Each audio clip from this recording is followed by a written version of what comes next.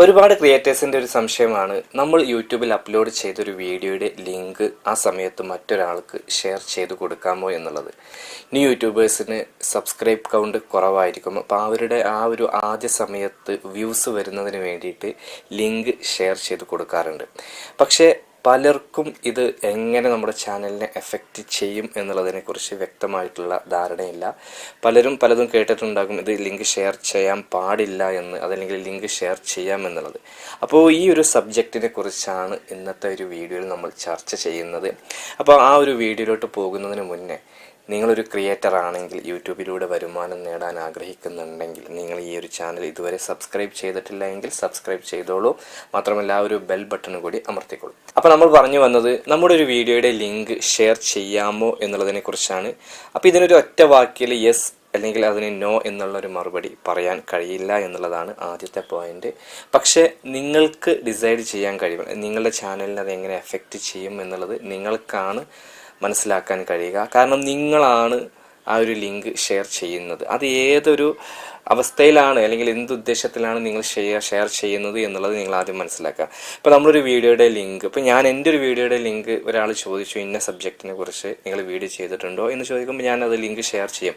അവിടെ എനിക്ക് ടെൻഷൻ അടിക്കേണ്ട കാര്യമില്ല. പക്ഷേ ഇതിൻ്റെ ഒരു പ്രശ്നം എന്താണെന്ന് വെച്ച് കഴിഞ്ഞാൽ, ന്യൂ യൂട്യൂബേഴ്സ് അവരുടെ ചാനൽ തുടങ്ങിയ സമയത്ത് വ്യൂസ് കുറയുന്നു. ആ ഒരു സമയത്ത് അവരുടെ ഫ്രണ്ട്സിനൊക്കെ ലിങ്ക് ഷെയർ ചെയ്യുന്നു, അല്ലെങ്കിൽ വാട്സപ്പ് ഗ്രൂപ്പ് ഉണ്ടാവും, അതിലൊക്കെ ലിങ്ക് ഷെയർ ചെയ്യുന്നത്. ഇതുമായിട്ടാണ് പലരും സംശയം ചോദിക്കുന്നത്. ആ ഒരു രീതിയിൽ ലിങ്ക് ഷെയർ ചെയ്യാൻ പാടുണ്ടോ എന്നുള്ളതാണ്.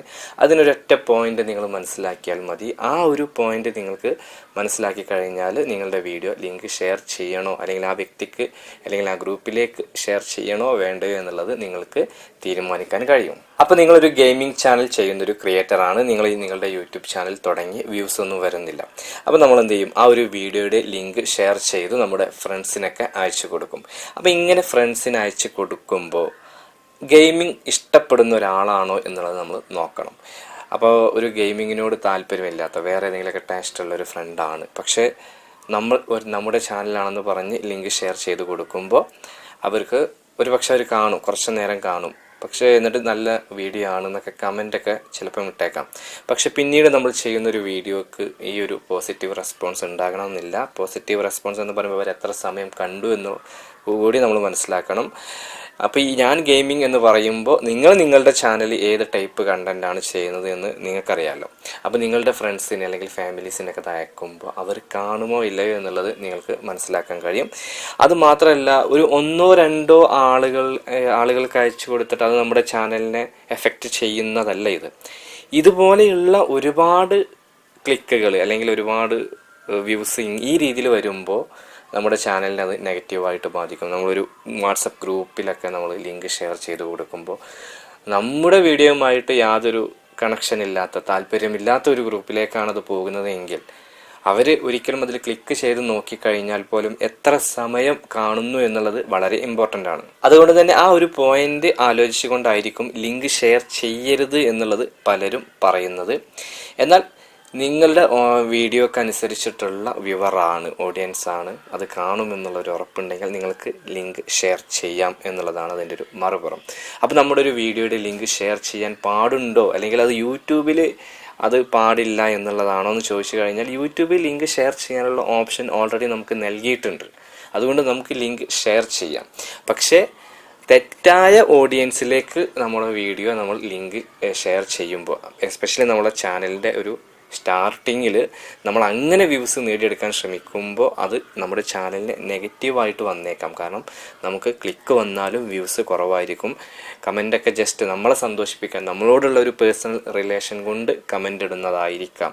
അപ്പോൾ അങ്ങനെയുള്ള ഒരുപാട് സംഭവങ്ങൾ, ആക്ടിവിറ്റീസ് നമ്മുടെ ചാനലിൽ വരുമ്പോൾ നമ്മുടെ ചാനലിനെ നെഗറ്റീവായിട്ടത് ബാധിക്കുന്നതാണ്. അപ്പോൾ നിങ്ങൾ മനസ്സിലാക്കേണ്ടത്, നിങ്ങളുടെ യൂട്യൂബ് വീഡിയോയുടെ ലിങ്ക് ഷെയർ ചെയ്യാമോ എന്നുള്ളത് ചോദിച്ചു കഴിഞ്ഞാൽ തീർച്ചയായിട്ടും ലിങ്ക് ഷെയർ ചെയ്യാം. യഥാർത്ഥ ഓഡിയൻസിലേക്കാണെങ്കിൽ കോൺഫിഡൻ്റ് ആയിട്ട് ചെയ്യാം. അതുമാത്രമല്ല, 1-2 കുറച്ച് പേർക്ക് നമ്മൾ ഇങ്ങനെ ലിങ്ക് ഷെയർ ചെയ്തു, അവർ സ്കിപ്പ് അടിച്ചു എന്നുള്ളത് കൊണ്ട് നിങ്ങൾക്ക് നെഗറ്റീവായിട്ട് ബാധിക്കില്ല.